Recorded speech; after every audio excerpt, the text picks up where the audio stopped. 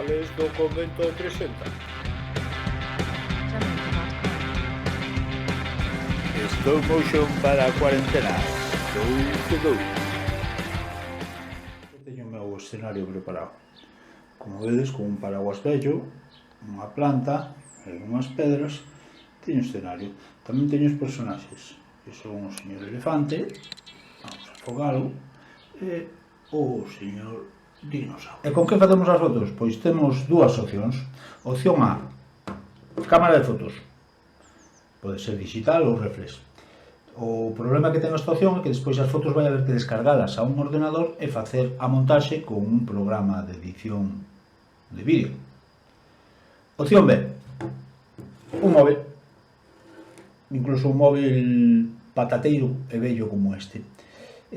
Con un móvil, se nos descargamos unha aplicación, podremos facer todo co mismo móvil aí dentro. Que aplicación? Ahora vos lo conto.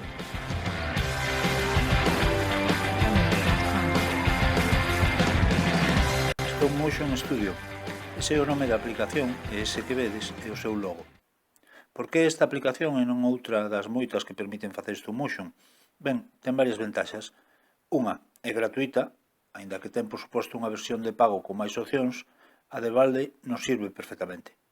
2, non deixa marca de agua como outras aplicacións parecidas. E 3, non ten límite de fotos ou frames que se poidan facer. Outra cousa, antes de poñernos a facer as fotos, o móvil é importante que se este quieto e non se nos mova. Como conseguimos? O ideal é ter un pequeno trípode deses de móvil, pero se non o tedes, como por exemplo me pasa a min, unha opción é utilizar plastilina. Se facemos un bo pegote de plastilina o pegamos a mesa e aí encima clavamos o móvil, se nos está perfectamente quieto, ou máis ou menos quieto, o suficiente como para facer. Puximos a aplicación Stop Motion Studio. Entramos e vemos que nos aparece unha película de mostra e logo unha nova película, un símbolo máis que é onde clicamos. Para empezar a facer fotos damoslle aquí a donde pon pulse aquí para añadir algunhas fotos. Moi ben, temos aí o noso escenario e empezamos no botón vermello a facer fotos. Unha foto. Ben, se vedes este cursor de aquí sirve para poder ver a fotografía anterior, digamos en modo transparente, en modo máscara, antes de facer a próxima. Entonces, por exemplo, agora vou a meter un poquinho aquí o elefante, pero tamén, agora veredes unha foto, movo, pero se sigue vendo onde estaba o elefante antes, co cual teño unha referencia para comprobar que nivel de movimentos estou metendo. Ou a meter tamén este, chego, foto,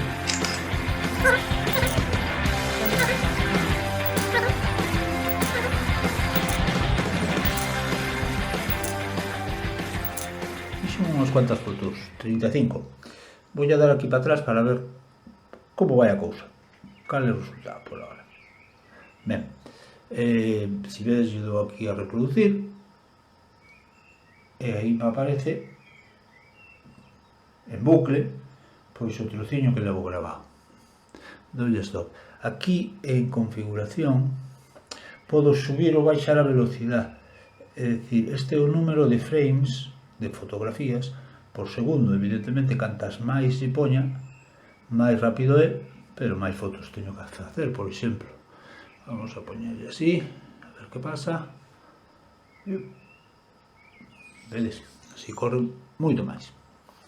Ben, eu creo que, por exemplo, 10 por segundo serían suficientes. 7 non.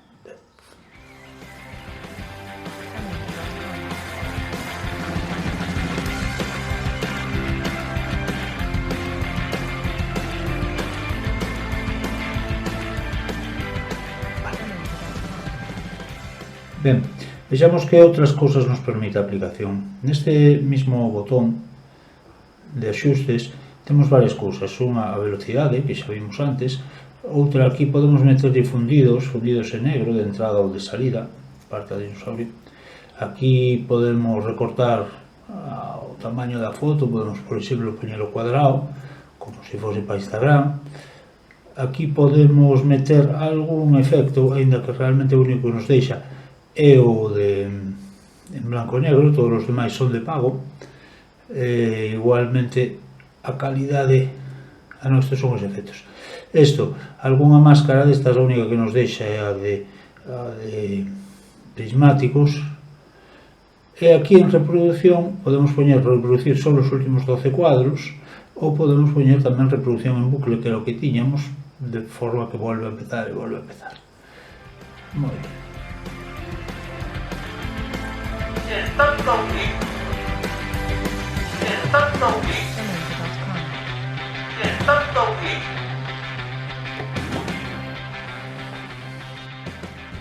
Como supoño que escoitastedes, podemos facer unha grabación de audio por encima da película. Para iso, lle damos aquí ao botón micrófono e nos aparece aquí, dinosaurio ponte de pé, nos aparece aquí gravar. Lle damos, nos vai facer unha conta atrás e gravamos por encima da película.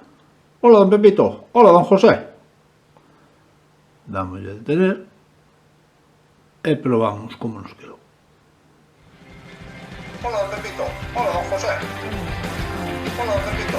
Hola, don José. Hola, don Pepito. Hola, don José. Temos tamén esta tecla máis, donde nos aparecen cousas como añadir imaxes, títulos e créditos e audio. Que pasa? Que todo eso, prácticamente todo, é de pago, co cual é moito mellor exportar a película e despois engadirlo con unha aplicación de edición de vídeo como Viva Vídeo ou calquera desas que moitos de vos tedes instaladas no vosso móvil. Como exportamos a película? Ben, damoslle aquí esta flecha de retroceso, aquí damos a seleccionar e seleccionamos a nosa película e lle damos o icono de compartir e a exportar película. Podemos exportarla directamente a YouTube ou mandala por correo ou por WhatsApp, pero tamén o podemos facer é subila a fotos, de forma que a temos guardada no noso móvil como un archivo de vídeo. Como vedes, está guardando e despois podemos facer con ela